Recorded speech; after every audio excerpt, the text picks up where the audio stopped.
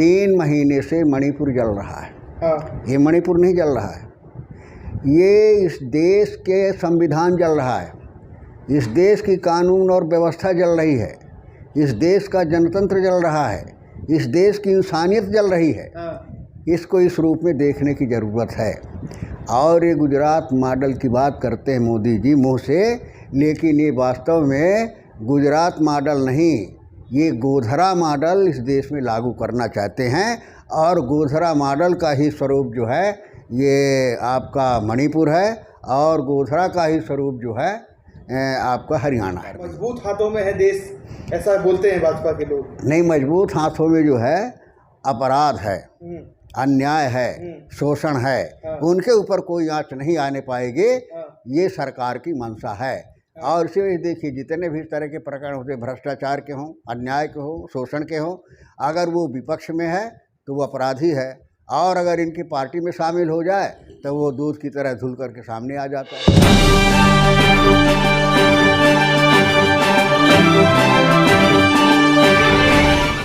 Sir, जिस तरीके से नूह की घटना को लेकर काफ़ी लोगों का बयान आ रहा है और दूसरी ओर लोग कह रहे हैं कि ये दंगा जो है रुकेगा नहीं। मणिपुर भी देख लीजिए, मणिपुर की हिंसा को देख लीजिए और नूह की घटना को देख लीजिए। क्या लग रहा है आपको, क्या देश में क्या फिर से अराजकता फैल रही है? बीजेपी के कुछ नेता तो कह रहे हैं कि जो यहाँ हो रहा हरियाणा में, इस साजिश में कांग्रेस वालों का हाथ है जी। तो मैं तो इतना ही कहना चाहता हूँ कि चुल्लू भर पानी में इनको डूब मरना चाहिए जी। सरकार इनकी है। सत्ता ये संभाले हैं, कानून के, जनतंत्र के रक्षा के, देश की रक्षा के ठेकेदार हैं। और इनके ठेकेदारी के समय इनके आँखों के सामने अगर कांग्रेस पार्टी ऐसा कर रही है और उसके खिलाफ कोई कार्रवाई न करना, इसका मतलब क्या है? या तो सरकार डरपोक सरकार है, कायर सरकार है। डरपोक सरकार बताएं? डरपोक सरकार है भाई, जानते हुए नहीं कर रही तो डरपोक है न हुई, और क्या हुई।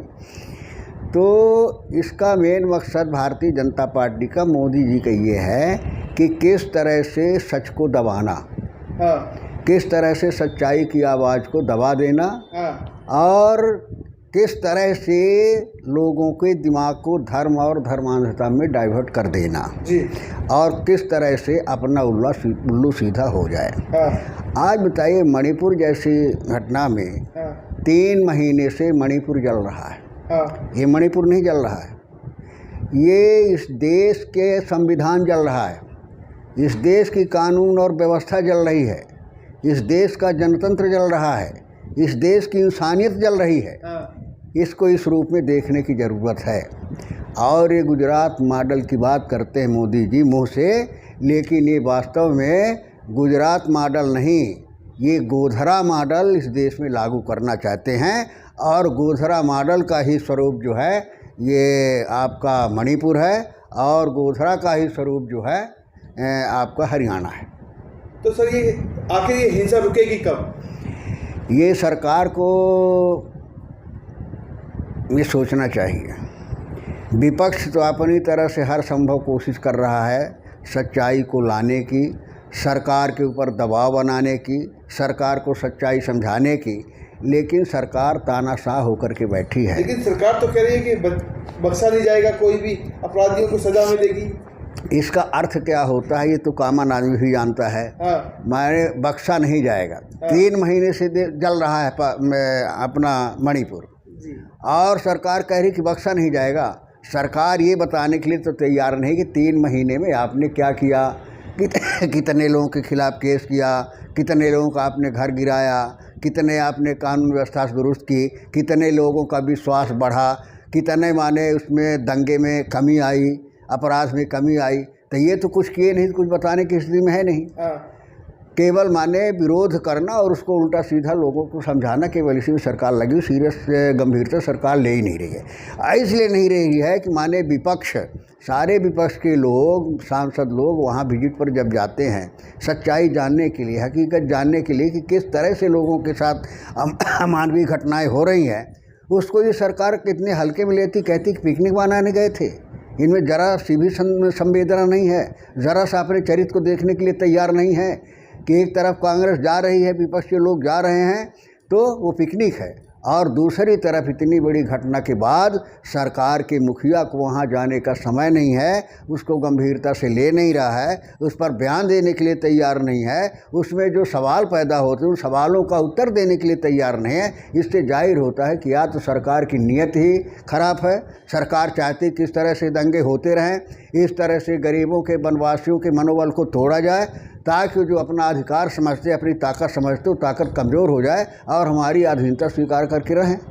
और अगर ये सच नहीं है, सरकार चाहती है और चाहते हुए भी नियंत्रण नहीं कर पा रही है, तो इसका मतलब सरकार कमज़ोर सरकार है, लचर सरकार है, और दोनों स्थिति में सरकार को रहने का कोई अधिकार नहीं। मजबूत हाथों में है देश, ऐसा बोलते हैं भाजपा के लोग। नहीं, मजबूत हाथों में जो है अपराध है, अन्याय है, शोषण है, उनके ऊपर कोई आँच नहीं आने पाएगी, ये सरकार की मंशा है। और इसी वजह देखिए जितने भी इस तरह के प्रकरण होते, भ्रष्टाचार के हों, अन्याय के हों, शोषण के हों, अगर वो विपक्ष में है तो वो अपराधी है, और अगर इनकी पार्टी में शामिल हो जाए तो वो दूध की तरह धुल करके सामने आ जाता है।